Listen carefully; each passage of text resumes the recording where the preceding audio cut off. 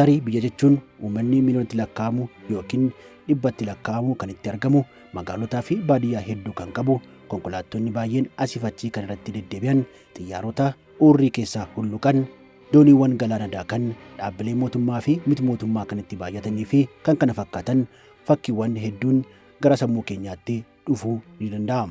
Seera addunyaan irratti walii galuun biyyi tokko biyyadha jedhamee akka waamamuu fi haala dureewwan guutamuu qaban keessaa mootummaa, daangaa beekame, uummata dhaabbataa ni jiraatu, biyyootiin beekamtii argachuu fi biyyootii biraa waliinis walitti dhufeenya uumuun ni hirama. Haa ta'u malee haala dureewwan kunneen osoo hin guutin ofii isaanii akka biyya bilisaatti of waaman jiraachuu isaanii ni dhageenya. Hundumtuu garuu akka qophii keenya har'aatiin isinitti himnuun kan dinqisiisan miti. Bakka jirtanitti nagaa fi fayyaa kan isiniif hawwinu maatii chaanalii Moshoo Alaqiyaa. Seenessa irraa keenyaatiin namoota keessa jiraataniinis ta'e bal'ina lafa isaaniitiin baay'ee ajaa'ibaa kan ta'an muraasni isaanii uummata atoobisii kan hin guunneen biyyoota nu dinqisiisan seenaa isaanii isiniif qoonnuu jaallanneerra. Seenaawwan ajaa'ibaa fi dinqisiisoo addunyaa irraa filatamanii guyyaa guyyaan akkasiin qaqqabuu fi akkasumas chaanalii keenyaa fi haaraa kan taatan yeroo tokko qofaa subscribe gochuun viidiyoo kana ilaaluu akka eegaltan isin affeerra.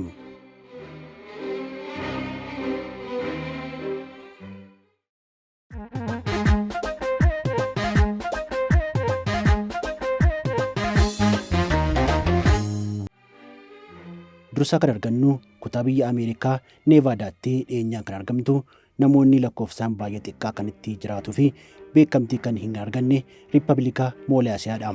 Addunyaan beekamtii kan qaban bal'ina lafa isaaniitiin baay'ee xiqqaadha kan jedhamanii fi bakka argamatu jaarotaa yookiin abbootii qabeenyaa kan taate Moonaakoo, Vaatikaan, Naawuruu, Tuuvaaluu biyyoota jedhamanirraa adda kan taatee fi baay'ina namoota qabduun hundumaa gadi kan taatee fi beekamtii argachuu dhabuu isheeti. Dhaabbata mootummoota gamtoomanii dabalatee biyyootiin 193 beekamtii hin kenninu jedhaniis Riippaabilikni Moolaasiyaa garuu akka biyya bilisaa tokkootti erga of lakkaa'uu eegaltee waggoota 50 guutuu fi kanaaf barawwan yartuu qofadha. Akka lakkoofsa Awurooppaanotaa bara 1977tti Keevin Bohaatiin kan hundeeffamte Riippaabilikni Moolaasiyaa wayita hundeeffamtu Riippaabilika Vulderestaan Giraan jedhamtee beekamti turte. Yeroo sanatti Miiltoon pirezidaantichaa mootii turanii. Pirezidaantiin ammaa immoo ministeera muummee ta'uun tajaajiluu turanii. Seenaa siyaasaa walxaxaa kan qabdu Moolaasiyaan sirna mootummaa mootii fi kooministiis qabdi turte. Yeroo ammaatti namoonni biyyattii kanatti jiraachaa jiru jedhaman lakkoofsaan 36 qofaa wayita ta'an sariiwwan isheetii fi biyya ajaa'ibsiiftuu lammummaa kennitedha.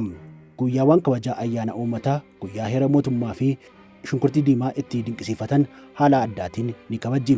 Biyyi xiqqoon pirezidaantii hundeesseen durfamte kun dursaan ishee ani dursaa cunqursaati jedhee bilisaan kan itti dubbatu. Biyyattiin kun biyya cunqursaan durfamtuudha jedhee itti waamamadha. Filannoo biyyaalessaa yeroo lamaan injifachuun waggoota 8 oliif pirezidaantummaan itti fufuu biyyi hin dandeenye Ameerikaa keessatti kan argamtu Moolaasiyaan pirezidaantiin ishee Giraand Admiiraal Koloneel Keevin Bohaan aangoo erga qabatanii waggoota 30 guutuu fi dhiyaataniiru.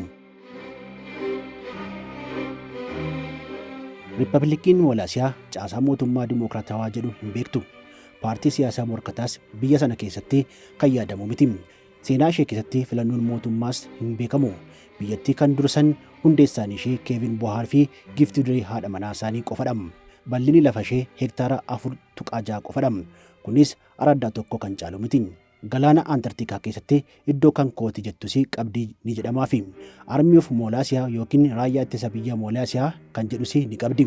Ameerikaa waliin walitti dhufeenya gaarii qabdi kan jedhamtu Moolaasiyaan walitti dhufeenyi ishee kun garuu akka biyyaatti beekamtii argamsiisuu hin dandeenye. Magaalaa guddittii ishee Baawugistan kan taasifatte biyyi xiqqoon addunyaa kun bal'ina lafa ishee dhiphaa qabaattus baay'ina uummata ishee waliin wayita ilaalamu garuu lafa bal'aa qabdi. Kanaan dabalatees wanti biyyi tokko keessatti argamu hundi baay'een isaa ni qabdi. Jiraattonni 36 kunneen biyyi isaanii Riippaabilikni Moolaasiyaa akka biyya guddachaa jirtutti ilaalu. Bishaan warshaa laa pirezidaantoo, nootii maallaqaa ofii, mana hidhaa, gumrukaa ofii, alaabaa halluu cuquliisaa, adii fi magariisaa qabu akkasumas faaruu biyyaalessaa kan qabdudha. Aadaa mataa ishee addaa kan qabdu Moolaasiyaan lammiileen ishee 36 jechuudha. Haasaa kan beekan ta'uunis ni himamaafi.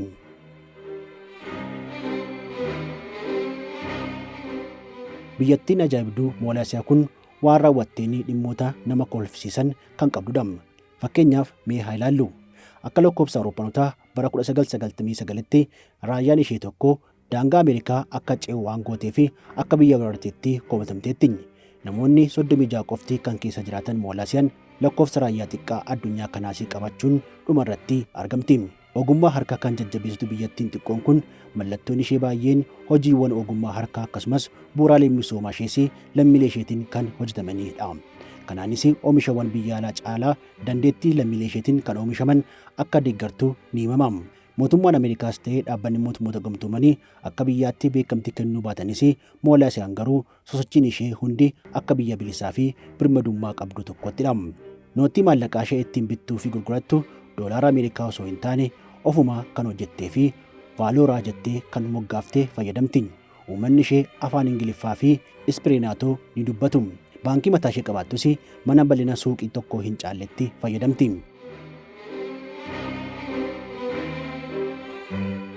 Riippaabilikni Moolaasiyaa biyya laphee daawwattotaa hedduu boojitedha. Addunyaa irratti biyyoota haala jireenya olaanaa qaban keessatti kan ramadamtu biyyattiin kun oomisha biyya keessaa yookiin GDP olaanaas qabdi. Wanti ajaa'ibsiisaan immoo hospitaalaa fi daandii xiyyaaraa qabaachuu baattus humna galaanaa, daandii baaburaa, iddoowwan hawwata turistii, baankii, tajaajila poostaa, buufata raadiyoo fi akkaataa lakkoofsa yookiin sa'aatii ni qabdi. Moolaasiyaa daawwachuu kan danda'amu waggaa tokkotti ji'a tokkoof qofa yoo ta'u, innis baatiiwwan onkololeessaa fi bitootessaa qofa keessadha. Daawwattoonni gara Moolaasiyaatti seenuuf mootummaa irraa eeyyama argachuun dirqamadha. Daawwattoonni paaspoortii isaanii mootummaa biyyattiif erganii chaappaa erga rukuchisanii boodadha gara Moolaasiyaatti dhufuu kan danda'ani. Ji'a tokkoon caalaa turuuf garuu mirga hin qabani. Yeroo ammaatti Riippaabilika Moolaasiyaa kan dursan haasaa kan beekanii fi dursaa cunqursaatii biyya cunqursaatis jedhanii of tuulummaan kan dubbatan pirezidaantiin Giraand Admiraal Koloneel Keevin Boowaan pirezidaantii Keevin Boowaa jedhamanii namoota hedduun waamamu.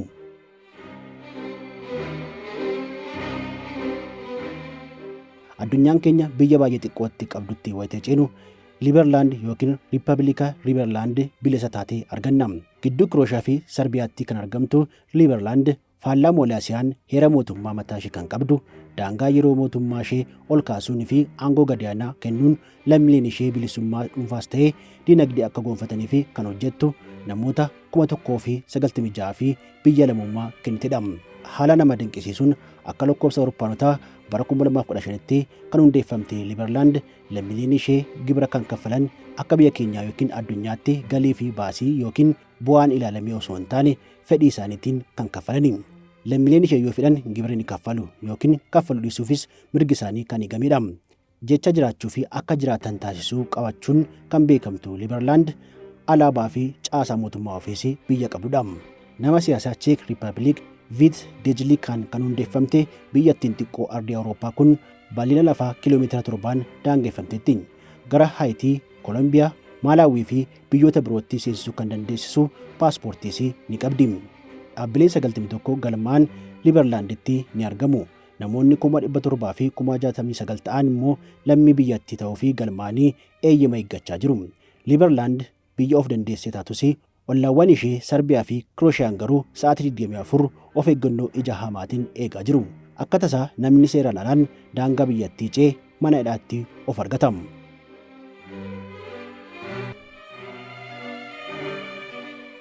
Kiristaaniyaa yookiin Firiitaawun Kiristaaniyaa bira geenyedha. Biyyi xiqqoon addunyaa kanaa biroon kan itti argamtu magaalaa guddittii Deenmaark Kooppenhaagen keessattidha. Kan hundeeffamtes akka lakkoofsa Awurooppanotaa bara 1971 ture. Namoonni 1,000 ta'an kan keessa jiraatan biyyi Firiitaawun Kiristaaniyaan namoota baay'een akka jaallatamtu ni himama. Lafa bal'ina hektaara 7.7 irratti kan argamtu biyyi kun iddoowwan hawwata turistii hedduu hammattee argamti. Keessumaa waggaa haaraa faranjootaa irratti haalli kabajaa addaadha. Namoonni Kiristaaniyaa keessa jiraatan baay'een isaanii mana jireenya isaanii ofumaa kan ijaarratan, ogummaa ijaarsa gamoo isaaniis baay'ee kan namatti toludha. Haalluuwwan manneen kunneeniif fayyadaman immoo bareedina addaa ni uumuufi. Manneen nyaataa bakki muuziqaa fi qorannoowwan itti dhiyeessan aadaa isaanii kan calaqqisuu fi ijaafis baay'ee babbareedoodha. Konkolaataa konkolaachisuun gonkumaa hin yaadamu. Kan eeyyamamu bishkileeta qofadha. Biyyattii kanatti akka biyyoota birootti bakka feetanitti suuraa kaa'uun hin jiru. Bakkawwan suuraa kaa'uuf eeyyaman jiraatanis baay'ee yartuu waan ta'aniif suuraa kaa'uun duratti iddoo dhorkaa ta'uusaa mirkaneeffachuun adabbiirraa isin baraara. Wanti baay'ee nama dinqu sababii tokko malee lafa kiristaaniyaatti lafumaa ka'anii fiiguun adabbii qaba. Namni tokko fiignaan balaaf saaxilameera yookiin balaa wayii tokkorraa baqachaa jira jedhameetiyyuu fudhatama. Namoonni biyyattii yakkaaf iddoos ta'e obsa kan hin qabaannee fi meeshaa waraanaa, albee, wantoota sammuu adoochan olaanaa qabachuun hatuun akkasumas wanta rasaasaa itti suuffachuun gonkumaa hin eeyyamamu. Gama biraatiin immoo wanta sammuu adoochuu maariwaanaa fayyadamuun garuu biyyattiitti yakka miti. Kiristaaniyaatti seerroo fi bilisummaa fi walqixxummaan sirriitti kan kabajamudha. Lammiileen ishees haala nama ajaa'ibsiisuun gibira tokkollee hin kaffalanii. Akkuma biyya Xaaliyaan keessatti argamtu Vaatikaan, akkuma Ameerikaa keessatti kan argamtu Moolaasiyaatti kiristaaniyaanis biyya biroo keessatti argamtudha.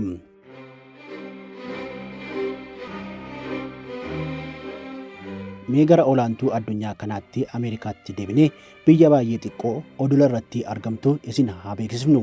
Ameerikaatti magaalota sosochiin guddaan kan itti mul'atuu fi jireenya qaaliin beekamtu keessaa tokko kan taate Niiwuork keessa nama Diin Keemen jedhamuun akka qosaatti hundeeffamte booda irrattis doolaarri hedduun itti dhangala'ee biyya kan taate Noorz Diimpiling Aayilaand mootummaa Ameerikaan beekamtii kan kennamee fi heera mootummaa, nootii maallaqaa, alaabaa fi viizaas qabdi. Biyyi xiqqoon bal'ina lafaa iskuweer kiiloomeetira 8,100 qabdu kun sababiin beekamtii ittiin argattes namichi hundeesse Diin Keemen pirezidaantii Ameerikaa duraanii Joorji Bush waliin walitti dhufeenya qabaniin ture. Diin Keemen jechuun ogummaa mahandisii elektiroomekaanikiidhaan addunyaa irratti beekamtii kan qabanii fi mirgawwan kalaqaa hedduus kan qabanidha.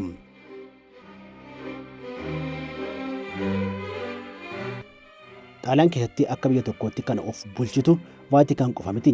Beekamtii kan hin argannee fi akka araddaa tokkootti kan ilaalamtus Saaborgaan dabalateeti malee.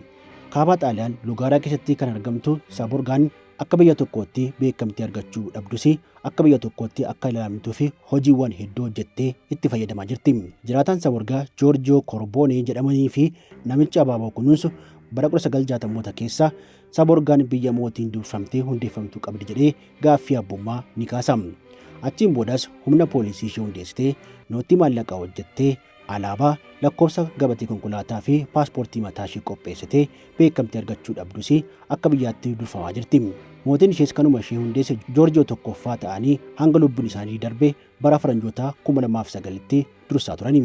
Araddaa kan fakkaattuu fi namoonni 315 keessa kan jiraatan Saaborgaan iddoowwan hawwata turistii seenaa qabeessa ta'anis bobaa ishee keessatti hammattee qabdi. Daawwattoonni kan itti boqotan hoteelli qananiin biyya xiqqoo Saaborgaa kiiloomeetira 14 taatetti ijaaramaniiru.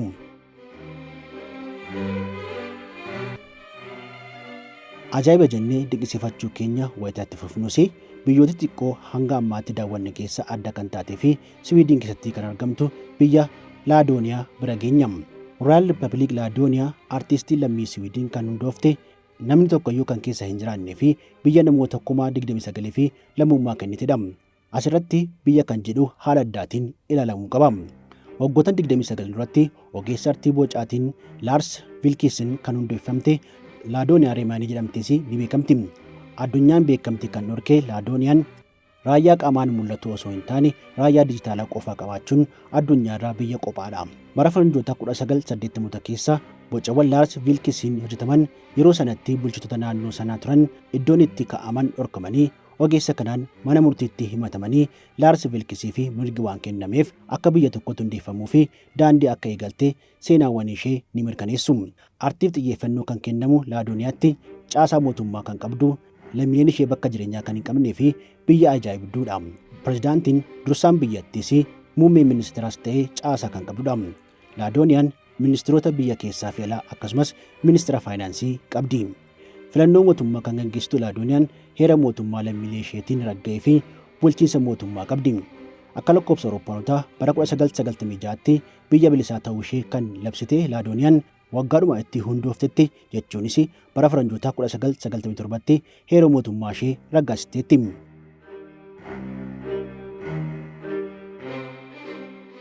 Kabajamtoota chaanaalii keenyaa biyyoota xiqqoo addunyaa keenyaa fi haala dureewwan biyyaa ta'uu guutanii beekamtiin kan kennamee fi kan hin kennamneefis ilaalchisuun seenessa isiniif qindeessine akka ajaa'iba jettanii fi bashannantan abdii qabna. Chaanaalii keenyaan osoo dhiyaate yookiin beeknee kan jettan yoo qabaattan eeruu keessan iddoo yaada kaamutti akka nuuf keessan kabajaan isin gaafanna. Hojiiwwan gaggaarii qabannee akka dhiyaannuufis sabskraayibii fi sheer gochuun chaanaalii keenya kanaas namoota biroos akka bira ga'uu fi osoo nu gargaartanii jecha chaanaalii keenyaafis namoota haaraa taatan sabskraayib gochuun akka nutti makamtan kabajaan isin affeerra. Yeroo gaarii.